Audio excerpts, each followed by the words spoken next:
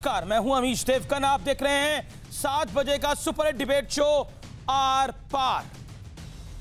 आखिर ये सियासत कब रुकेगी? आखिर कब हम इस मुद्दे पर बहस नहीं बल्कि चर्चा करेंगे कि देश में सत्ता पक्ष और विपक्ष एकजुट होकर कोरोना के खिलाफ मुस्तैद होकर लड़ाई लड़े, क्योंकि यहां तो रोज नया सियासी झगड़ा शुरू हो जाता है। एक तरफ सोनिया गांधी ने 22 विपक्षी पार्टियों का मोर्चा जुटाकर मोदी सरकार पर हमला कर दिया। शरद पवार, ममता बनर्जी, उद्धव ठाकरे जैसे दिग्गजों की मौजूदगी में सोनिया गांधी ने कहा, मोदी सरकार के पास लॉकडाउन से निकलने की कोई रणनीति नहीं है। आर्थिक मोर्चे पर सरकार की नीति गुमराह करने वाली है और 20 लाख करोड़ का आर्थिक पैकेज देश के साथ भद्दा और क्रूड मजाक है। दूसरी तरफ छात्रों के लिए भेजे गए बस के पैसों पर उत्तर प्रदेश और राजस्थान में सियासी संग्राम भी छिड़ गया। तो आज इसी पर होगी देश की सबसे बड़ी और सबसे लोकप्रिय डिबेट आर पार। सियासत का सुपर शुक्रवार, सियासत की गजब लड़ाई, बस की महाभारत पैसों पर आई। आर पार का सुपर डुपर एडिशन देखिए। हमने 560 बसें भेजी तो वहाँ पता चला कि 12,000 के आसपास बच्चे हैं। उन्होंने कहा 100 बसें हमारे पास कम पड़ गई, हमने 100 बसें दे दी तुरंत। हमारी बसों में डीजल नहीं है, उन्होंने डीजल डलवा दिया। राजस्थान सरकार ने तत्काल 19,76,000 रुपए का बिल भेज दिया। उत्तर प्रदेश राज्य परिवहन निगम से डॉक्टर राजशेखर हमारे एमडी को लिखते हैं कि वो जो बस में डीजल डलवाया था उनका बिल भेज दीजिए, तो हमारे अधिकारी बिल भेज देते हैं। उनमें से 19 लाख ये भेज देते हैं, बाकी बकाया रह जाता है। इसके उपरांत 36,36,664 रुपया के बिल के भुगतान का उन्होंने रिमाइंडर भेजा।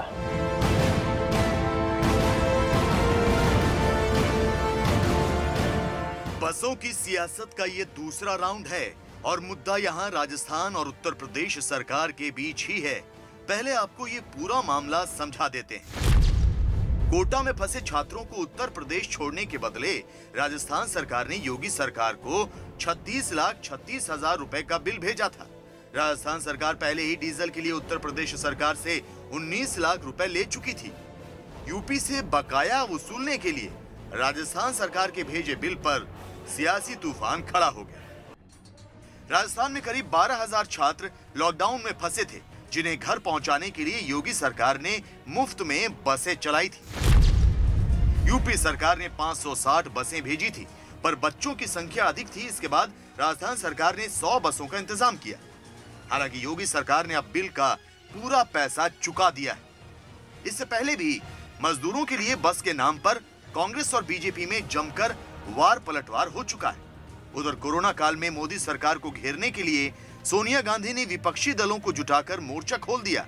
एनसीपी, शिवसेना, टीएमसी जैसी पार्टियों के बीच हुई बैठक में कहा गया कि मोदी सरकार के पास लॉकडाउन से निकलने की कोई रणनीति नहीं है। आर्थिक मोर्चे पर सरकार की नीति गुमराह करने वाली है। 20 लाख करोड़ के आर्थिक पैकेज की घोषणा देश के साथ क्रूर मजाक है। लेकिन कांग्रेस पार्टी का ये क्रूर मजाक है कि आज बैठक करके वो इस तरह की भाषा बोल रही है। अगर नरेंद्र मोदी जी ने लॉकडाउन न किया होता, सरकार पूरे ताकत से न लड़ी होती, तो आज ये देश इटली और स्पेन जैसा हो जाता। तो आज इन तमाम सियासी मुद्दों पर होगी देश की सबसे बड़ी बहस। सियासत की गजब लड़ाई, बस की महाभारत पैसों पर आई। और कोरोना काल में सियासी चाल का विश्लेषण सुनिए। पीएम मोदी को घेरने के लिए सोनिया गांधी ने फिर बनाया विपक्ष का मोर्चा, लेकिन विपक्षी मोर्चे से सपा बसपा नदारद दिखे, आम आदमी पार्टी भी गायब दिखी। 22 दलों के साथ लाकर मोदी सरकार पर सोनिया गांधी ने ताबड़तोड़ हमला किया। सोनिया गांधी बोली, लॉकडाउन से निकलने के लिए मोदी सरकार के पास कोई नीति नहीं है, जीरो नीति के साथ काम कर रही है ये सरकार। उत्तर प्रदेश और राजस्थान के बीच डीजल के पैसे पर छिड़ा महासंग्राम। एक तरफ सेवा भाव है, दूसरी तरफ पैसा भी चाहिए। तो हम कह सकते हैं ना माया मिली न राम, दोनों नहीं मिले। कोरोना काल को सरकार के खिलाफ मौके की तरह देख रहा है विपक्ष। क्या महामारी पर सियासी दलों को अपना अपना स्वार्थ भारी पड़ेगा, चाहे वो बीजेपी हो चाहे वो कांग्रेस हो? मेरे साथ बात करने के लिए आज एक अनोखा पैनल है। एक तरफ टीम बीजेपी है तो दूसरी तरफ टीम कांग्रेस है। टीम कांग्रेस से मेरे साथ प्रताप सिंह है, परिवहन मंत्री राजस्थान के, और कांग्रेस के वरिष्ठ प्रवक्ता पवन खेड़ा जी हैं। मेरे साथ टीम बीजेपी से मौजूद हैं मेंबर ऑफ पार्लियामेंट और बीजेपी के कद्दावर प्रवक्ता डॉक्टर सुधांशु त्रिवेदी। अशोक कटारिया मेरे साथ मौजूद है जो कि परिवहन मंत्री हैं उत्तर प्रदेश के। मुझे उम्मीद है कि आज की बहस में हम एक निष्कर्ष करके निकलेंगे और बस पर अब बस हो जाएगी। बीजेपी का दावा क्या है, कांग्रेस का दावा क्या है, दोनों की बात करेंगे। सबसे पहले मैं आपसे शुरू करता हूं कटारिया साहब।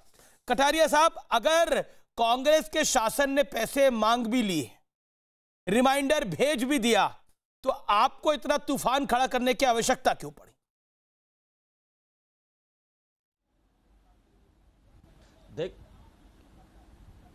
देखिए, हमने कोई तूफान खड़ा नहीं किया है। हम तो केवल इतना कहना चाहते हैं, हमने कोई तूफान नहीं खड़ा किया है। हम तो ये कहना चाहते हैं अमीश जी कि ये अगर सेवा करना चाहते हैं तो ये पैसा वसूलना बंद करें, और अगर ये पैसा वसूलना चाहते हैं तो सेवा की बात कहना बंद करें। केवल इतनी सी बात है। पैसे लेना चाहते हैं बेशक लें, जितना इनका भुगतान है वो कर दिया गया है। और जहां तक है ये कह रहे हैं कि पुरानी बातें उखाड़ रहे हैं, ये पुरानी बातें नहीं है साहब अमीश जी। ये अभी हमने 20 मई को 36,36,000 रुपए का भुगतान किया है। हमने अभी 20 मई यानी 2 दिन पहले ही भुगतान किया है। अरे भाई, इनके पास एक मौका था। वो आपने डीजल डलवाया, आपकी बसों ने डीजल डलवाया था, उसका पैसों का भुगतान आप नहीं करना चाहते थे? हाँ या ना में जवाब दीजिएगा इसका अशोक जी। हाँ, पैसों का भुगतान करना नहीं चाहते तो कल्पना की बात है, हम तो भुगतान कर चुके हैं। नहीं, बिल्कुल आप करना चाहते थे भुगतान, आपने डीजल डलवाया था, हाँ या ना? आपकी बसों ने डीजल डलवाया और हमने भुगतान कर दिया। हम कब मना कर रहे हैं? हम कह रहे हैं योगी सरकार के पास इतना पैसा भुगतान करने में कोई आपत्ति नहीं है, लेकिन सेवा की बात ना करें। सेवा की बात ना करें, उसका मेवा भी ना खाए, वो मेवा आपको मिलना चाहिए। आपकी परेशानी ये है। चलिए मैं समझ गया आपकी परेशानी क्या है। हमारा ये कहना है कि जी हमने कहा ये जो सेवा की बात कर रहे हैं तरीका ठीक नहीं है इनका। ठीक है, हमने डीजल डलवाया, डीजल का 5 मई को भुगतान कर दिया, और हमने जो 94 बसों की हमें जरूरत थी एक्स्ट्रा अतिरिक्त, उनका हमने भुगतान कर दिया 36 लाख रुपए। जी। अब मैं प्रताप सिंह जी का रुख करता हूं। प्रताप सिंह जी, एक तरफ आप 1000 बसें बेचते हैं, दूसरी तरफ बसें अगर डीजल भी डलवा लेती हैं तो उसका आप पैसा ले लेते हैं, तो सेवा भाव तो नहीं था ना मंत्री जी? ये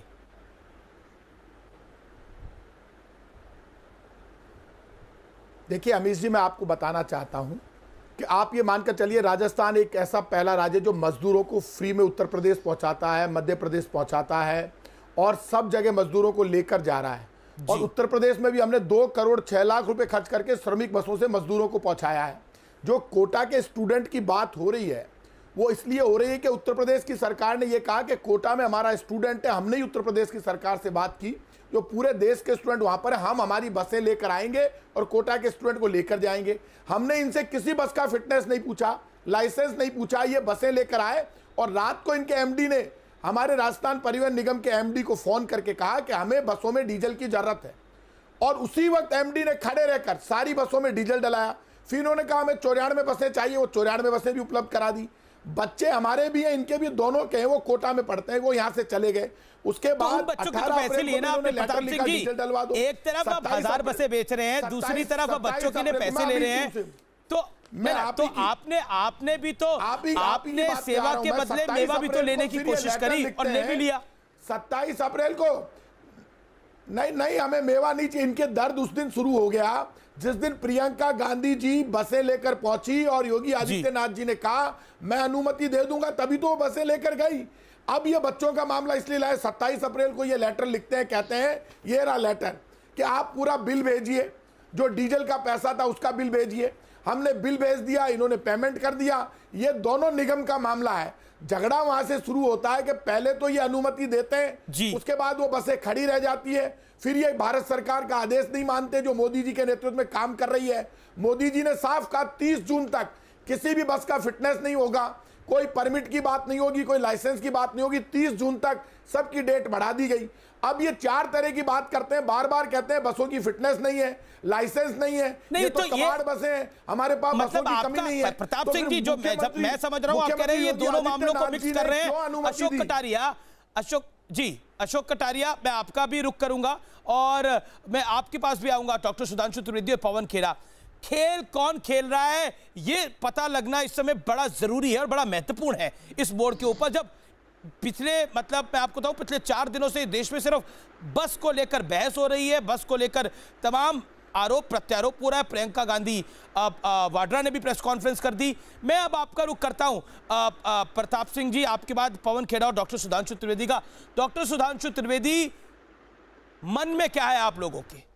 पहले बस नहीं आने दी, अब पैसा राजस्थान की सरकार मांग रही है और वो पैसे का भुगतान हो रहा है, तो सेवा कौन नहीं करना चाह रहा, मेवा कौन खाना चाह रहा है? देखिए, इसमें 2 पक्ष हैं, एक तकनीकी और एक सेवा।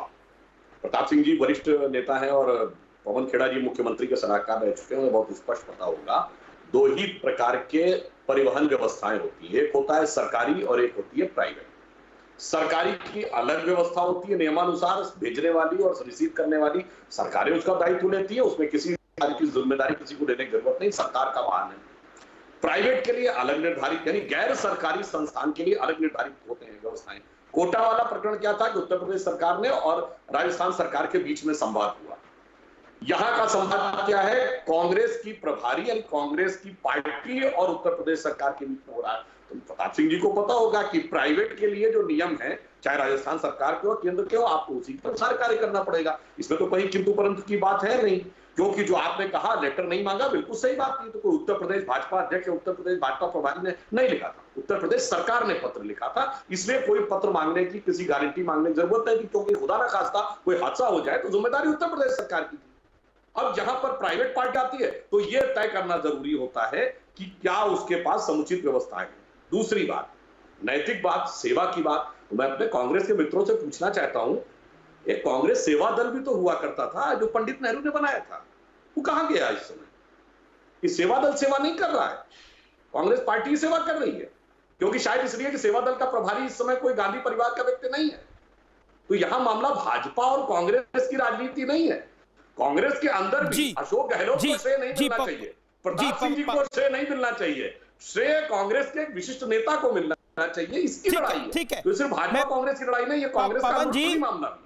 पवन जी, आप भी मुख्यमंत्री के सलाहकार रहे और दिवंगत नेता कांग्रेस की शीला दीक्षित पूर्व मुख्यमंत्री, उनके सलाहकार रहे। मैं आपसे जानना चाहता हूं, क्या सरकारें खींच उतारती हैं कि अगर जो प्रियंका गांधी वाड्रा ने बोला मैं यूपी में 1000 बसें भेजूंगी, उस बसों का फिटनेस सर्टिफिकेट अगर योगी सरकार ने नहीं दिया तो उसकी खींच उतारने के लिए ये बिल दिया गया, जिसका रिमाइंडर भी दिया गया?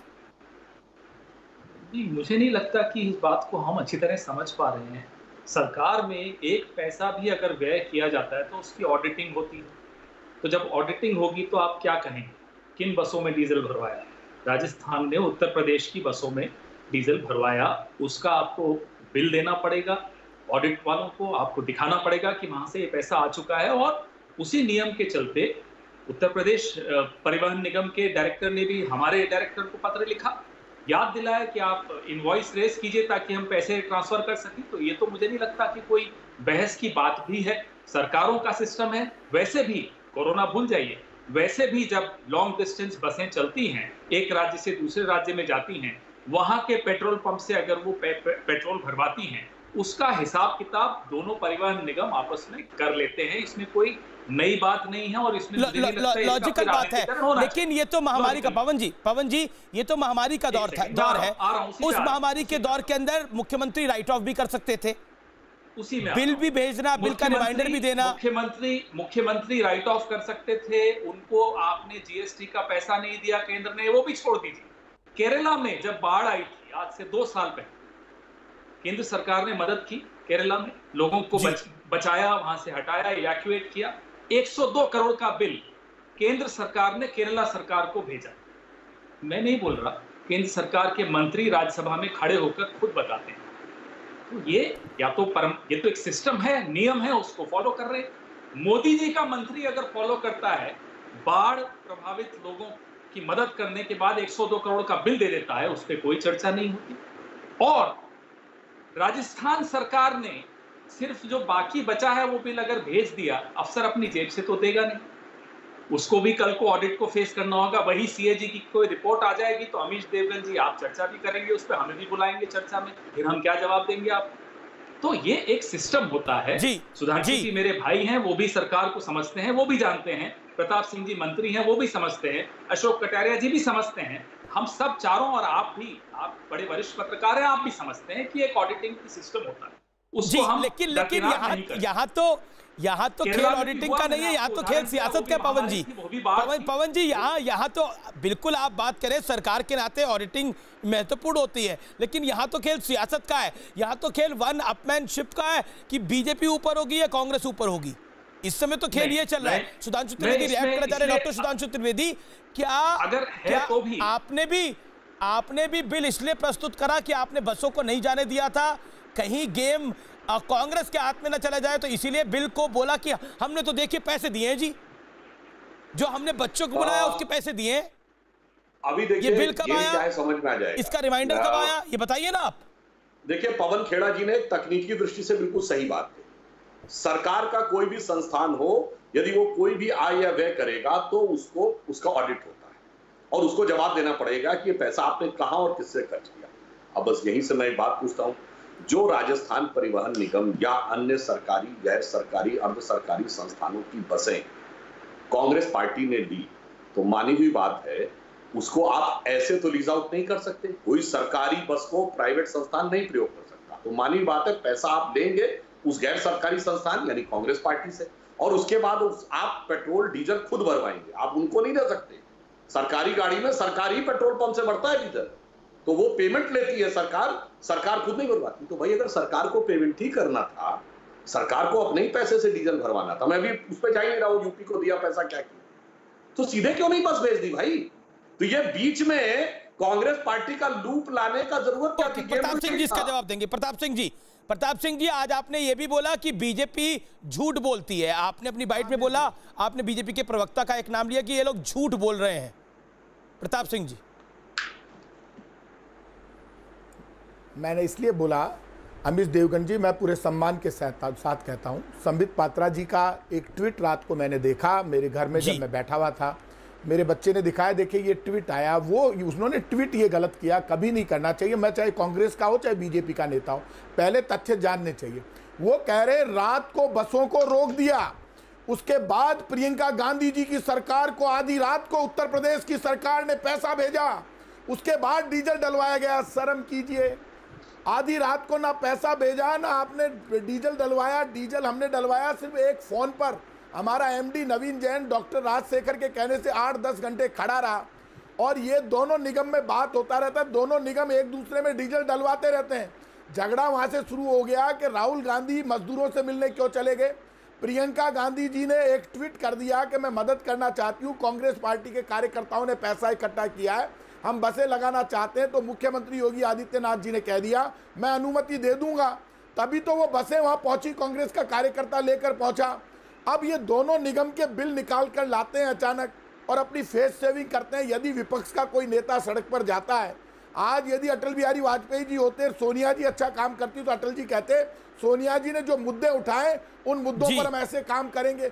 बार बार गांधी परिवार पर अटैक करना, इंदिरा गांधी देश पर बलिदान हो गई, राजीव गांधी देश पर बलिदान हो गए, सरदार बेन सिंह देश पर बलिदान हो गए, महात्मा गांधी बलिदान हो गए। अरे इनका बलिदान का अपमान तो मत करो, कम से कम ये तो मानो कि देश पर बलिदान हुए। आज चाहे बीजेपी का नेता देश पर बलिदान हुआ हो या कांग्रेस का, लेकिन यदि कांग्रेस के नेताओं ने बलिदान कर दिया तो उनके लिए हम गलत भाषा का प्रयोग करें, ये देश हमको नहीं सिखाता। यदि आपको बहस करनी है, मुद्दों पर करें, आंकड़ों पर करें, सच्चाई पर खड़े। दुनिया ने देखी है बसें वहां पर खड़ी रही। जी आपने 1.25 मिनट लगभग बोला, लेकिन मेरे एक सवाल का जवाब दे दीजिए, ये बिल भेजने की आपको आवश्यकता क्यों आन पड़ी? अगर आप 1000 बसें चला सकते हैं तो इन बसों का बिल भी माफ कर सकते हैं। क्या आपको लगता नहीं ये पॉलिटिकली आपके लिए इनकरेक्ट हो गया? अमित जी आप, और इससे जो आपकी वन अपमैनशिप थी वो कहीं ना कहीं उस पर घात लग गया, बीजेपी को मौका मिल गया? नहीं लगा। अमीश जी मैं सम्मान से एक बात समझाना चाहता हूं। जी सर। स्टूडेंट का मामला जब चला, मैं आपको पूरा समझा देता हूं, तब पहले नीतीश कुमार जी बोले हम स्टूडेंट को नहीं लेंगे। उत्तर प्रदेश सरकार बोली ना तो मजदूर को लेंगे ना स्टूडेंट को लेंगे। पूरे देश में हंगामा चलता रहा, कोटा में स्टूडेंट ने आंदोलन कर दिया। राजस्थान की सरकार ने उत्तर प्रदेश सरकार से बात की, हम छोड़ने जा रहे हैं। उत्तर प्रदेश की सरकार बोली आप मत आइए छोड़ने, हम हमारी बसें भेज रहे हैं। उन्होंने अपनी बसें भेजी, हमने डीजल डलवाया। ये दोनों निगमों में डीजल डलाने का काम होता रहता है। 18 तारीख को इन्होंने पहले लेटर लिखा, उसके बाद इन्होंने 27 को लेटर लिखा कि आप अपना बिल भेज दीजिए। इसमें सरकार कहीं बीच में नहीं आ रही, अधिकारियों ने बिल भेज दिया, इन्होंने बिल का पेमेंट कर दिया। इस दौरान प्रियंका गांधी जी ने जो बसें भेजी, इनको उम्मीद नहीं थी बसें आ जाएगी, बसें पहुंच गई। योगी आदित्यनाथ जी ने कह दिया भेज दीजिए, मैं अनुमति दे दूंगा। अनुमति दी नहीं है, पॉलिटिकल झगड़ा शुरू हो गया। बीजेपी की तरफ से भी दोनों हाथ खड़े हो रहे हैं। डॉक्टर सुधांशु त्रिवेदी भी कहना चाह रहे हैं, जो यूपी के प्रधानमंत्री है वो भी कुछ कहना चाह रहे हैं। डॉक्टर सुधांशु त्रिवेदी, मैं कटारिया साहब आपके पास आता हूं, पवन जी भी कुछ कहना चाह रहे हैं। Sudhanshu Trivedi, make your point. आप निशाना गांधी परिवार पर लगा रहे हैं, आप मुद्दों पर निशाना साधिए, मुद्दों की बात करिए। देखिए, यहाँ पे मैं वही कहना चाहता हूँ, कहते कहते राज की बात लबों पे आ ही जाती है। ये बताइए, राजस्थान और उत्तर प्रदेश के बीच में जो प्रकरण चल रहा है, इसके अलावा कोई प्रकरण बताइए पूरे भारत में जहां राज्य सरकारें नहीं कम्युनिकेट कर रही हो, कोई और पार्टी कम्युनिकेट कर रही है? कोई उदाहरण आप नहीं बता सकते। प्रताप सिंह जी मंत्री हैं, अशोक कटारिया मंत्री हैं परिवहन के। आपने ये सुना होगा कि सरकार का परिवहन विभाग आवश्यकता पड़ने पे प्राइवेट यानी गैर सरकारी संस्थानों की बसों को अटैच करता है, पर परिवहन विभाग की बसें कोई गैर सरकारी संस्थान ले जाए, आपको पहली बार सुनाई पड़ता है। दूसरी बात, भारत के इतिहास में कोई दूसरा उदाहरण नहीं होगा कि जहां जिस पार्टी की सरकार हो वहां सरकार नहीं भेज रही हो बस, पार्टी भेज रही हो। यह इस प्रकार का एक विचित्र उदाहरण देखने को मिलेगा। सिर्फ इसलिए मैं जिम्मेदारी से कहना चाहूंगा, अमरिंदर सिंह, अशोक गहलोत, भूपेश बघेल को किसी प्रकार का श्रेय नहीं मिलना चाहिए। उनको छोटा करके अभी जो प्रशस्ति वाचन किया प्रताप सिंह जी ने, उनके प्रशस्ति वाचन यानी गांधी परिवार की का प्रशस्ति वाचन होना चाहिए। तो मैंने कहा ना, ये भाजपा कांग्रेस की राजनीति से ज्यादा कांग्रेस की अंदरूनी राजनीति है भाई, कि किसको बड़ा दिखाना, किसको छोटा दिखाना। पवन जी इस पर रिएक्ट करना चाह रहे हैं, उसे नहीं दिखाना है बड़ा। अमीश जी, पवन जी, मुझे लगता नहीं है कि इस माहौल में बहस के स्तर को इतना नीचे गिराना चाहिए जितना सुधांशु जी प्रयास कर रहे हैं। आज भी जब हम यहाँ बैठकर बात कर रहे हैं, मैं भी एयर कंडीशनर में बैठा हूँ, आप लोग भी एयर कंडीशनर में बैठे हैं, मजदूर सड़क पर पैदल चल रहे हैं और बसें खाली वापस गई हैं। इस बात को हमें कचोटना चाहिए। और सुधांशु जी, मुझे और आपको दोनों को रात को नींद नहीं आनी चाहिए। अगर आ रही है तो ये हम अपराधी हैं। मोदी जी को तो खैर बहुत पहले से नींद आ जानी बंद हो जानी चाहिए। इसलिए नमस्ते ट्रंप में किसने कितनी बसें कहां पहुंचाई, किसने उसकी फिटनेस देखी, इसका भी जरा लेखा जोखा दे दीजिएगा। उस नमस्ते ट्रंप की वजह से अहमदाबाद की क्या हालत हुई कोरोना में, उसका भी जवाब दे दीजिएगा। और जो आपने वेंटिलेटर घोटाला किया है महामारी के नाम पर, उसका भी जवाब दीजिएगा। लेकिन ये सब बातें मैं बाद में करूंगा। आज बहस होनी चाहिए सिर्फ और सिर्फ इस बात पर कि वो मजदूर एक दिशा में पैदल जा रहे हैं, उल्टी दिशा में बसों को आप वापस खाली बसों को वापस भेज रहे हैं। क्यों? क्योंकि फिटनेस नहीं है। अरे 500 बसों में तो फिटनेस रही होगी, 800 बसों में तो फिटनेस रही होगी, किसी में नहीं थी। ऐसी बातें कर रहे हैं कि चक्का नहीं था, ब्रेक नहीं थी, बिना चक्का ब्रेक के पहुंच गई गाजियाबाद बॉर्डर पे। कटारिया साहब जवाब देना चाह रहे हैं आप लोग। और जी कटारिया साहब पूरे सम्मान से 2 मिनट में आप मेरे बाद में ले लीजिएगा, अभी मेरी बात सुन लीजिए। प्रताप सिंह खाचेरावास जी यहाँ बैठे, पूछ लीजिए उनसे। ये बार बार जो सुधांशु जी कहते हैं कि ये राजस्थान पथ परिवहन निगम की बसें थी, खाचेरावास जी अभी आप इनको खुलासा करिए, किसकी बसें थी, कौन पेमेंट करता है, क्या नियम है। मुझसे ज्यादा ट्रांसपोर्ट मंत्री 2 बैठे हैं, ये जानते हैं, और सुधांशु जी भी जानते हैं, लेकिन जानबूझकर बात को घुमाएंगे। सीधी बात का जवाब दीजिए। मजदूर पैदल क्यों आए, बसें वहां खड़ी थी, आपने क्यों नहीं इस्तेमाल होने दी, क्या बात थी, क्या डर था आपको कि क्या कांग्रेस पार्टी का नाम हो जाएगा? अरे कांग्रेस पार्टी को इन चीजों की जरूरत नहीं है। हमारा दिल दुखता है जब आप हमारी कई बातें आपने मानी। पवन जी, बिल्कुल आपने बोला आपका दिल दुख रहा था, लेकिन इन स्टूडेंट्स के यूपी सरकार से पैसे लेते हुए दिल किसी का नहीं दुखा। क्या बात सुधांशु जी, कि आपको इतनी सी बात नहीं समझ में आई कि नहीं पवन जी आप लोगों का दिल इस पर नहीं दुखा कि यूपी सरकार से आप इन बच्चों के पैसे ले रहे हैं कि इनका पेट्रोल खर्च हुआ तो इसके पैसे दे दीजिए। माफ कीजिएगा, आप आप अगर मुझसे ये प्रश्न पूछते हैं तो मोदी जी से पूछ लीजिए केरला में बाढ़ राहत के नाम पर 102 करोड़ का बिल क्यों भेजा। अरे साहब, सरकार नियमों पे चलती है, आप दोनों चीजों को जानबूझकर मिक्स करके तुलना करके कंफ्यूज करना चाहते हैं दर्शकों को, ये गलत बात कर रहे हैं। सरकार नियमों पर चलती है। बार-बार सरकार का उदाहरण देंगे तो मैं आपको केरला का बार-बार दूंगा। अभी आप मुझे सुधांशु त्रिवेदी जी से उत्तर दिलवाइए। 102 ठीक है, सुधांशु त्रिवेदी उत्तर देंगे, वो बैठे हुए हैं उत्तर देने के लिए, लेकिन कटारिया साहब भी हाथ खड़ा कर रहे हैं। लेकिन सुधांशु जी आप बोलिए अपनी बात को 40 सेकंड के अंदर, फिर कटारिया साहब। इनको मजदूरों को लेकर बहुत कष्ट है 36 लाख रुपए लेने के साथ। रंज लीडर को है बहुत, मगर आराम के साथ। और सारा जो हृदय में इनके निकला जा रहा है वो महाराष्ट्र से छत्तीसगढ़ जाने में तो किसी राज्य की परमिशन की जरूरत नहीं, दोनों जगह आपकी सरकार है। वहां के मजदूरों के लिए दिल में हृदय द्रवित तो नहीं हो रहा है।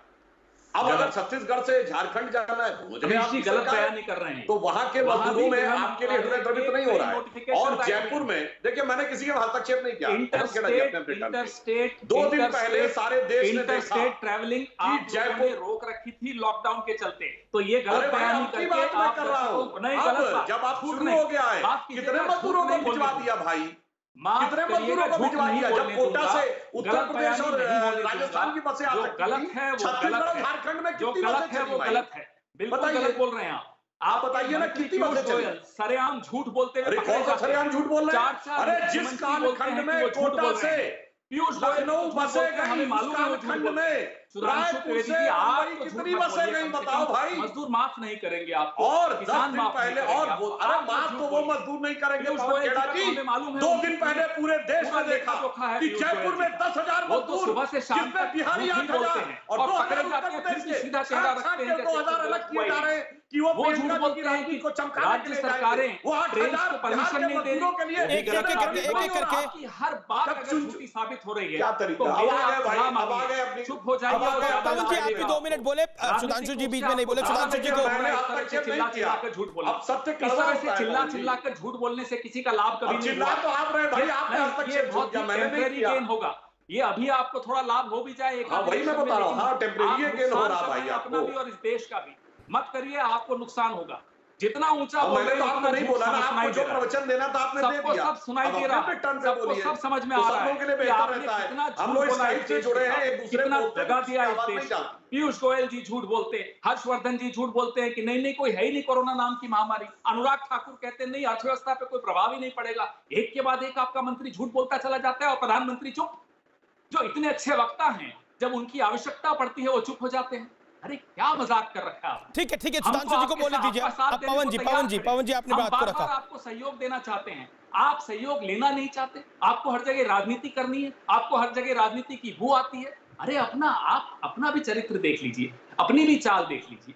कहीं तो आप देश के लिए भी सोच लिया कीजिए। 4 साल है चुनाव में, मानता हूं अहंकार होगा कि चुनाव में क्या होगा देखा जाएगा। पवन जी आपने अपनी बात को रखा, नहीं संबंधित होती। पवन जी चुनाव के तराजू में ये चुनावी भाषण नहीं है, आप अपने टर्न पे बोलिए। सुधांशु जी बोलिए। देश के नहीं, आप अगर अपने टर्न पे मर्यादा रोकूंगा आपको। आप अपने समय में नहीं तो उसी वक्त झूठ तो आपने भी बोले हैं। डिबेट की मर्यादा है कि झूठ आपने बोले, मैंने शांति, लेकिन मैं झूठ नहीं बोल, मैं केवल 2 शब्द आप यहाँ बैठ। अब चलिए मैं एक ही वाक्य बोलूंगा, बर्दाश्त नहीं होगा। नहीं बहुत गलत। चलिए कोई बर्दाश्त करने की आपको पवन जी सुन भी लीजिए। पवन जी आपने काफी देर बोल दिया, आपने अपनी बात को रख लिया। अमीश जी अगर पीयूष गोयल जी यहाँ बैठकर झूठ बोल रहे होते मैं सुन भी लेता, आदत है उनकी। सुधांशु जी के मुंह से अगर झूठ निकलता है तो मुझे पीड़ा होती, क्योंकि सुधांशु जी को बोलने दीजिए, पीयूष गोयल इसलिए पीड़ा होती। अब मैं बोल लूं भाई। पहली बात, 2 दिन पहले सारे देश के चैनलों ने देखा कि जयपुर में कैसे चुन कर बिहारी मजदूरों को किनारे और यूपी के मजदूरों को लिया जा रहा था, तो हृदय कहां द्रवित हो रहा था दिखा। दूसरी बात, इन्होंने नमस्ते ट्रंप की बात कही। राहुल गांधी जी ने फरवरी के महीने में एक ट्वीट भी किया था जिसका कांग्रेस के प्रवक्ता बहुत उल्लेख करते हैं। पवन खेड़ा जी, फरवरी के पहले सप्ताह में राहुल गांधी ने ट्वीट कहां से किया बताइए। इसमें झूठ की बात नहीं है। किस जगह से किया था? इटली में थे, इटली में बैठ के भाषण दे रहे थे भारत के लिए। बोलिए थे कि नहीं? बताइए। फरवरी के पहले कर दिया था क्या मजा? बोलिए ना, ये है ओछी राजनीति। अब मैं राजनीति में ओछापन होता है, फिर आगे राजनीति में ओछापन। मैंने सिर्फ फैक्ट बोला ना, महामारी मैंने सिर्फ फैक्ट बोला। ऐसा ओछापन शोभा नहीं। देखिए पवन जी, आपने भी इनके 4 मंत्रियों को झूठा बोला। अब आप उनकी भी सुनिए, ऐसे कैसे बहस होगी भाई? मैं सिर्फ ये फैक्ट रखूंगा कि जिस समय की आप बात करते हैं राहुल एक एक करके देखिए, स्काइप पर है, किसी को ऑडियो नहीं पता लग रहा। एक सेकंड देखिए, मैं निवेदन कर रहा हूं, आप लोग स्काइप पे, किसी को ऑडियो समझ में नहीं आ रहा। Let Sudhanshu make his point. Pawan Khera ji अपना अपक होते जा रहे हैं। अगर आपके पास चर्चा करने के लिए कोई कटारिया जी भी हाथ खड़ा कर रहे हैं, लेकिन इस तरह काफी देर से। एक सेकंड पवन जी, कटारिया जी पिछले 15-16 मिनट से कुछ कहना चाह रहे हैं कि कौन व्यक्ति जो है। ओके कटारिया जी मैं आपको रुक करता हूं। सुधांशु जी आप रुकिए, मैं आपके पास आऊंगा। कटारिया जी, कोई बात नहीं है। पवन जी जो कर रहे हैं वो कटारिया जी, पवन जी, कटारिया जी बोलिए, आप कुछ कहना चाह रहे हैं? अमित जी, पहली बात तो मैं कहना चाहता हूं कि ये जो लोग बैठे हैं, पवन जी हैं, इनको ये कहिए कि ये जरा बीच में बोलना बंद करें।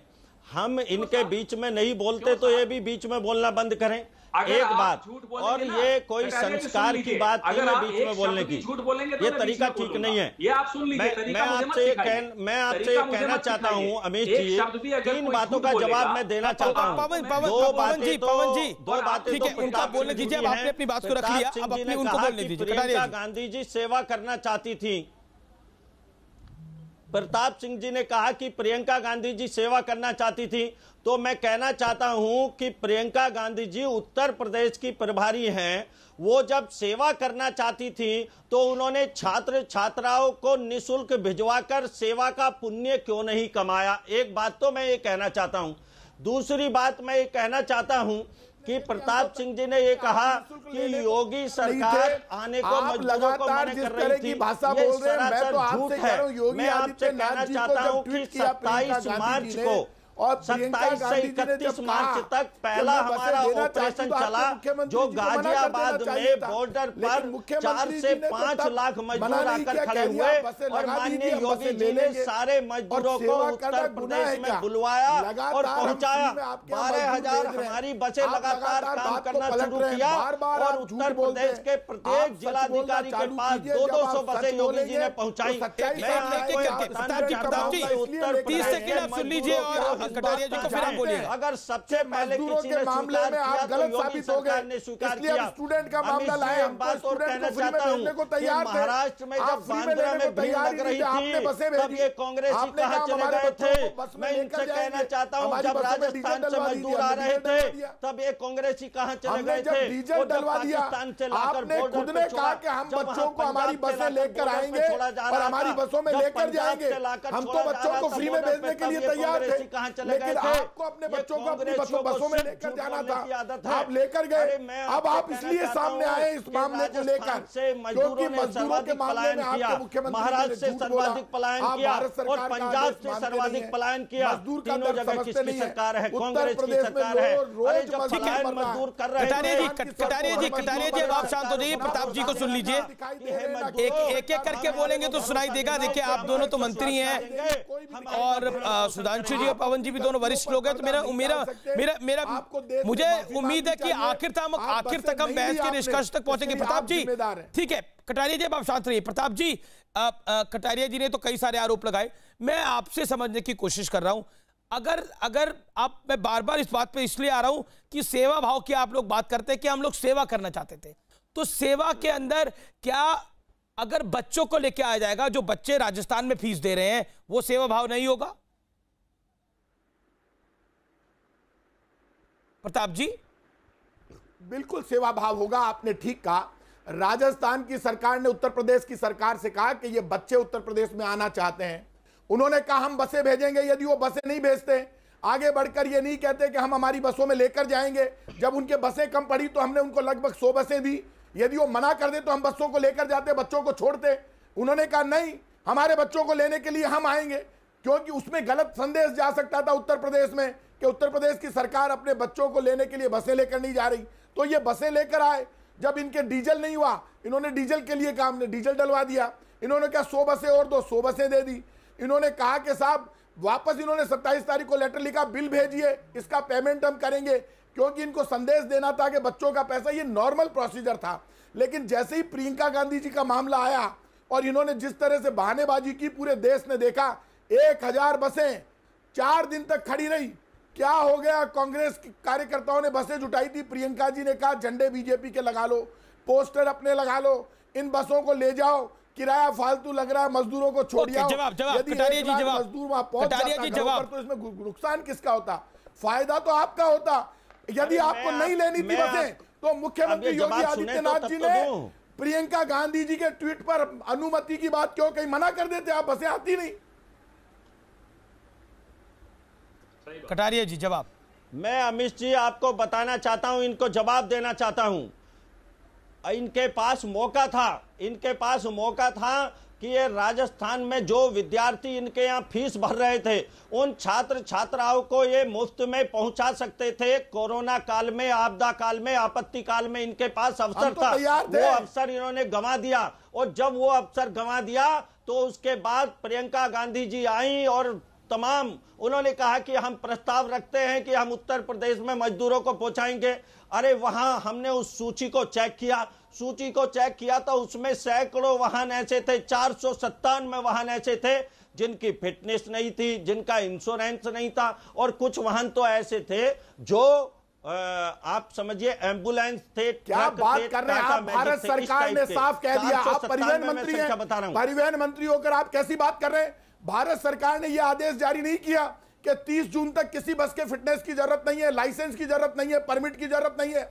आप किस तरह की बात बोल रहे हैं? जरूरत नहीं है, लेकिन फिर भी हमें अपने कामगारों को लेकर आना है, तो उनकी जान हमें सुरक्षित करके लेकर आना है, तो स्वाभाविक रूप से हम चेक करेंगे। नहीं मानते, आप अपनी बात कहना चाहते हैं, स्वाभाविक रूप से हम चेक करेंगे। लेकिन आपको ये समझना चाहिए, कि आप एक तरफ सेवा करने की बात कर रहे हैं, एक तरफ 20 तारीख को हमने बिल जमा किया है, भेज दीजिए, हम अनुमति दे देंगे। हमने बिल जमा किया, 20 मई को 36,36,000 रुपए आपके खाते में जमा किया है। नेता गायब है, मजदूर दर्द दुख से परेशान है, मजदूर की सुनने वाला कोई नहीं है। उत्तर प्रदेश में रोज लाठीचार्ज हो रहा है, पिटाई हो रही है मजदूरों की। देखा 4 दिन तक बसें खड़ी रहती है। में योगी आदित्यनाथ जी की सरकार गांव-गांव में राशन बांट रही है, गांव-गांव में भरण पोषण कर रही है। योगी आदित्यनाथ जी की सरकार जब गांव-गांव में 1,000 रुपया बांट रही है, जब उत्तर प्रदेश के अंदर योगी जी की सरकार का इतना ऐसा काम देखा, तब जाकर प्रियंका गांधी सामने आ गई। 2 करोड़ 6 लाख रुपए खर्च करके तो हमने लेकिन इस समय बसों से फ्री में मजदूर को पहुंचाया है।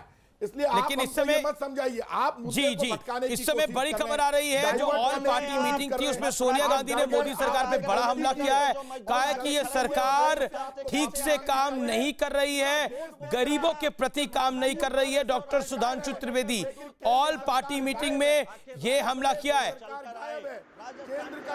देखिए जी लेने के लिए तैयार कटारिया जी, मजदूर की किसी को चिंता नहीं है, सिर्फ भारतीय जनता पार्टी अपने पापों पर पर्दा डालने के लिए काम कर रही है। अब प्रताप सिंह जी भी बोल रहे हैं बीजेपी अपने कारनामों पर पर्दा डालने के लिए काम कर रही है। जनता ने आपका सुपड़ा साफ कर दिया है। उत्तर प्रदेश में आप खड़े होने वाले नहीं हो, उत्तर प्रदेश में आपकी कोई स्थिति नहीं है। उत्तर प्रदेश की जनता ने आपको नकार दिया है और हालत आपकी है कि आपको खत्म करेगा। ये जो घमंड की भाषा भारतीय जनता पार्टी बोल रही है, उससे ये स्पष्ट हो गया कि भारतीय जनता पार्टी को मजदूरों के दर्द से कोई लेना देना नहीं है। भारतीय जनता पार्टी घमंड में कह रही है उत्तर प्रदेश हमारा है, छात्र छात्राएं नौजवान चाहे जो हम हिंदुस्तान के अंदर सबसे ज्यादा संख्या में है, जो हिंदुस्तान के नौनिहाल कहलाते हैं, जो नौजवान हिंदुस्तान के मालिक हैं, उन नौजवानों से आपको कोई सरोकार नहीं है। छात्र छात्राओं से आपको कोई सरोकार नहीं है। सोनिया गांधी का सरकार पर बड़ा हमला, लॉकडाउन से बाहर आने की कोई रणनीति नहीं है। 20 लाख करोड़ का पैकेज क्रूड और भद्दा मजाक है देश की जनता के साथ। सुधांशु त्रिवेदी, सोनिया गांधी ने अटैक करा, यहाँ पर प्रताप सिंह जी बहुत बातें बोल रहे हैं, खेड़ा साहब ने भी बहुत कुछ बोला। Your reaction quickly on Sonia Gandhi. अब मैं विनम्रता से प्रताप जी और पवन जी से अपेक्षा करूंगा कि जितनी शांति से मैंने बात सुनी है, कृपया मुझे अपनी बात पूरी करने का मौका देंगे। सत्य बात आपको बिल्कुल कोई बीच में नहीं बोलेगा, लेकिन असत्य बोलेंगे तो माफ कीजिएगा, कुछ बोलना पड़ेगा। चलिए अब असत्य पर ही कह देते हैं। पवन जी, झूठ कौन बोल रहा है, ये तो हमारे और आपके अलग अलग विचार है। शुरू कीजिए। मगर सर्वोच्च न्यायालय में हलफनामा देकर किसको कहना पड़ा कि मैंने झूठ बोला था? राफेल के मामले में राहुल गांधी को कहना पड़ा था। सर्वोच्च न्यायालय ने झूठ कहा कि पैदल नहीं, सुप्रीम कोर्ट में हलफनामा देना पड़ा कि उन्होंने कोर्ट किया था कि सर्वोच्च न्यायालय ने कहा झूठ, तो सर्वोच्च न्यायालय ने कहा मैंने ऐसा नहीं कहा, लिख के देना पड़ा मैंने झूठ बोला। तो आप झूठ का भाषा जा रहे हो, वाचन मत करिए। 2 महीने पुरानी बता रहा हूँ आपको। सर्वोच्च न्यायालय ने झूठ बोला, 2 महीने नहीं बोलिए। सुप्रीम कोर्ट में भारत का कौन सा ऐसा नेता है जिसको हलफनामा देना पड़ा कि मैंने झूठ बोला, सर्वोच्च न्यायालय को गलत कोर्ट किया था, इसलिए आप झूठ का भाषण मत दीजिए। अब आइए, क्योंकि आप झूठ को लेकर बहुत बोल रहे हैं ना, और आप सर्वोच्च न्यायालय में झूठ बोल रहे हैं कि मजदूर पैदल नहीं चल रहे। इससे बड़ा झूठा क्या? पहले बताइए, राहुल गांधी ने झूठ बोला था कि नहीं सर्वोच्च न्यायालय में? माफी मांगी थी कि नहीं? बोलिए हाँ या ना। नरेंद्र दामोदर दास, इसलिए आप झूठ की बात मत करिए। जिन्होंने सुप्रीम कोर्ट में झूठ बोला, इसीलिए आप बता रहे हैं, इसीलिए आप ये कर रहे हैं, मुझे पता है। अब मैं दूसरा झूठ बोलता हूं, पैदल नहीं चल रहा। पवन जी और सुधांशु जी एक एक करके आप लोग बोलिए ना, एक काम करिए। देखिए आप एक दूसरे के झूठ पकड़ेंगे तो एक दूसरे को पकड़ते ही रहेंगे। मेरा निवेदन ये है कि 40 सेकंड बोलिए आप दोनों, 40 सेकंड बाद बोलिए। एक सेकंड भाई सुधांशु जी, इस समय की जो बड़ी खबर है उस पर आपका रिएक्शन क्या है? अब आ रहा हूं वर्तमान विषय पे। जी प्लीज, विषय पे आ रहा हूं। माफी से शुरू करें, माफी की ही बात कर रहे हैं। चलिए वीर सावरकर की माफी से शुरू करते हैं। कितनी बार तो वीर सावरकर की सुन लीजिए। 1910 में वीर सावरकर को सजा हुई थी और 1910 में कांग्रेस का अध्यक्ष कौन था? विलियम बेटलमैन। इतिहास में ही अंग्रेज सेक्रेटरी आपका अध्यक्ष था। छोड़िए बात को। अरे अंग्रेज सरकार का सेक्रेटरी आपका अध्यक्ष था जिस साल वीर सावरकर को पवन जी 1910 में चलना है। अब आइए वीर सावरकर, देखिए आप देखिए पवन जी रायता फैलाने में लगे, क्योंकि फैक्ट बड़े मजदूरों से माफी मांगिए जिनके बारे में हमारे मजदूरों पे आ रहे बोला कि कोई भी पवन जी अगर मजदूरों से माफी मांगनी पड़ेगी तो देश की हर सरकार को माफी मांगनी पड़ेगी। हर राज्य से जो महिला सूटकेस पर अपने बच्चे को लेकर चल रही थी वो पंजाब से चल रही थी और उत्तर प्रदेश से आई, उत्तर प्रदेश में पहुंची, आगरा में जाकर उसको बस मिली। ये तो इसलिए अगर मजदूरों पे माफी मांगेंगे तो देश की हर सरकार को आज माफी मांगनी पड़ेगी। मैं आपको बता रहा हूं पिछले 4 दिन से मैंने मजदूरों के अलावा कोई बहस नहीं करी है। इसलिए देखिए अमीर जी देखिए केंद्र सरकार, देखिए वो अधीर हो रहे हैं, व्यंग्य हो रहे हैं, मैं पूरी तरह समझ रहा हूं। पवन जी ना आपकी मजदूरों पे ना हमारी। एनडीएमए अभिजीत बनर्जी जो कि नोबेल पुरस्कार विजेता है, जिनसे राहुल गांधी जी ने विचार विमर्श किया, तो राज्य सरकारों की जिम्मेदारी नहीं है आप कह रहे हैं? राजस्थान सरकार इतना अच्छा काम करी है, आप कह रहे हैं उसकी जिम्मेदारी नहीं है? उत्तर प्रदेश सरकार अच्छा काम कर रही है तो उसकी जिम्मेदारी नहीं है? पूरी बात सुन लीजिए, इनको कानून बताना मुझे पड़ेगा, ये तो गृह मंत्री के सलाहकार रहे हुए हैं। जब एनडीएमए लगा हुआ होता है तो कितने अधिकार होते हैं राज्य सरकारों के पास? जरा पूछिए सुधांशु जी से। सबसे ज्यादा अधिकार जो है वो केंद्र अपने हाथ में ले लेता है। जिम्मेदारी केंद्र सरकार की बनती है, जिसने सुप्रीम कोर्ट में खड़े होकर झूठ बोला कि एक भी मजदूर सड़क पर पैदल ठीक है। पवन जी आपने बात बोल ली, पवन जी आपने बोल से माफी मांगनी चाहिए। ठीक है पवन जी आपने बात बोली। सुधांशु त्रिवेदी अब आप बोलिए। अब पवन जी आप बीच में बोलिएगा। सुधांशु जी अब आप पढ़ेंगे, वो समस्या है मुझे पता है, फिर कूदेंगे। खैर अब मैं ऐसी बात बोल रहा हूं। पवन जी नॉट फेयर, पवन जी मेरी रिक्वेस्ट को मानिए। अब देखिए पवन जी दर्शक देख रहे हैं, लाखों दर्शक देख रहे हैं। अमीश देखिए पवन जी ना आपकी बात ना हमारी बात। निवेदन कर रहा हूं, अगर ये एक भी असत्य बोलेंगे तो मैं जरूर टोकूंगा। आप 40 सेकंड आप काउंटर कर दीजिएगा सत्य को। मेरा निवेदन है कि अपने फेलो पैनलिस्ट को बोलने देना चाहिए। अब पवन जी आप भी वरिष्ठ हैं, वो भी सांसद है। सुधांशु जी मुझे उम्मीद है कि इतनी मैच्योरिटी हम रखेंगे। आप देखिए आज तो ज्यादा मेहमान भी नहीं है, 4 गेस्ट है सिर्फ, 2 बीजेपी से 2 कांग्रेस से। सुधांशु जी बोलिए। अच्छा चलिए बोलिए। अच्छा राहुल गांधी जी तो झूठ नहीं बोल सकते ना पवन जी?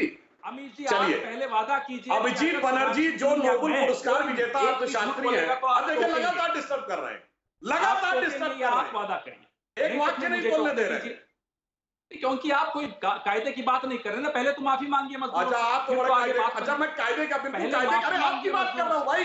कांग्रेस पार्टी को कोट कर रहा हूं। माफी मांगिए मुझे कांग्रेस पार्टी से। पर अभी कैसे माफी मांगेंगे ना पवन जी? पहले ये कैसे हो रही है? मेरी माफी पवन जी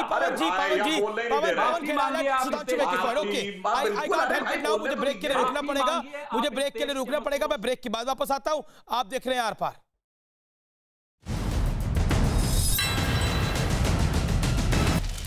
वेलकम बैक। आप देख रहे हैं देश की सबसे लोकप्रिय डिबेट शो आर पार।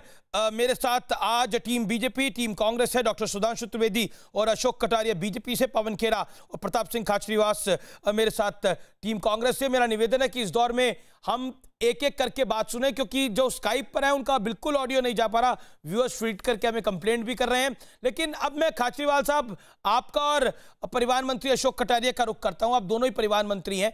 इंपॉर्टेंट अशोक जी ये है कि राजनीति इसमें कौन कर रहा है, क्योंकि प्रताप सिंह जी आरोप लगा रहे हैं कि कुल मिलाकर जब से प्रियंका गांधी ने बसें भेजी तब से खेल पूरा शुरू हो गया, इसीलिए आपने तो तत्काल पैसे का भुगतान भी कर दिया।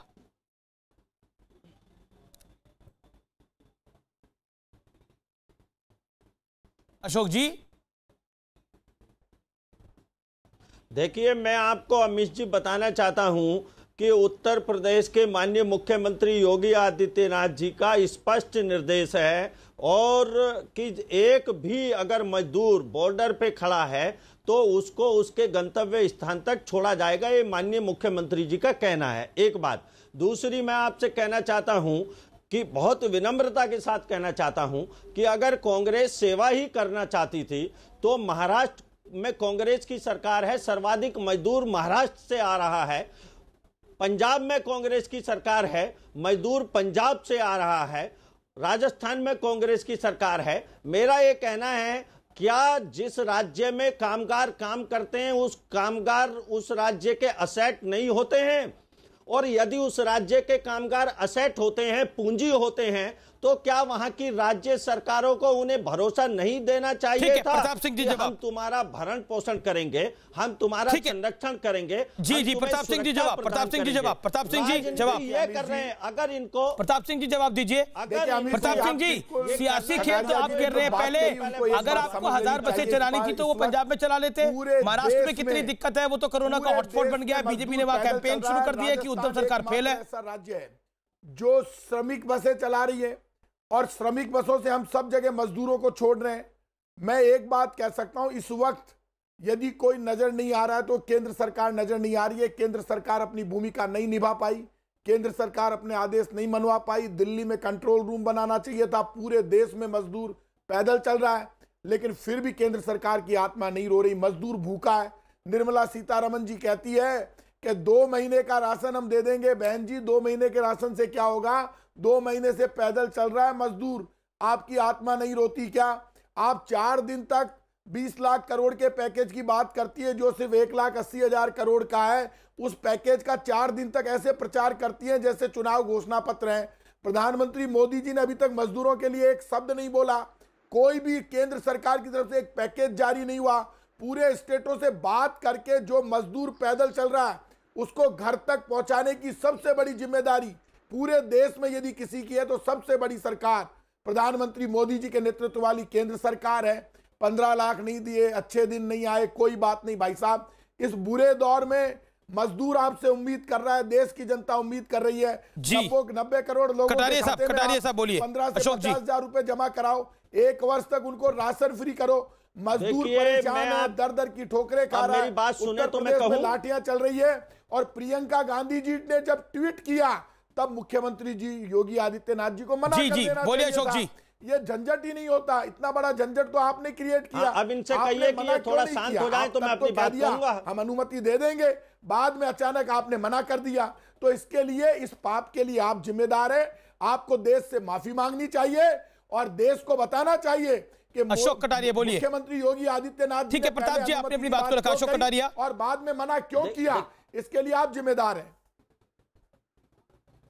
देखिए, कांग्रेस का कल्चर है, चुप नहीं होंगे। अमित जी, आप 10 बार कहेंगे, बोलते रहेंगे। यही इनको ले डूबा, यही सोच इनको ले डूबी। कांग्रेस का सुपड़ा साफ हो गया। इनके अंदर इस तरह का अहंकार है कि ये सुनना नहीं चाहते दूसरे को। अब जब आपकी बात शांति से सुनी तो आप भी दूसरे की बात शांति से सुनिए। इतनी मर्यादा रखिए एक दूसरे के सामने।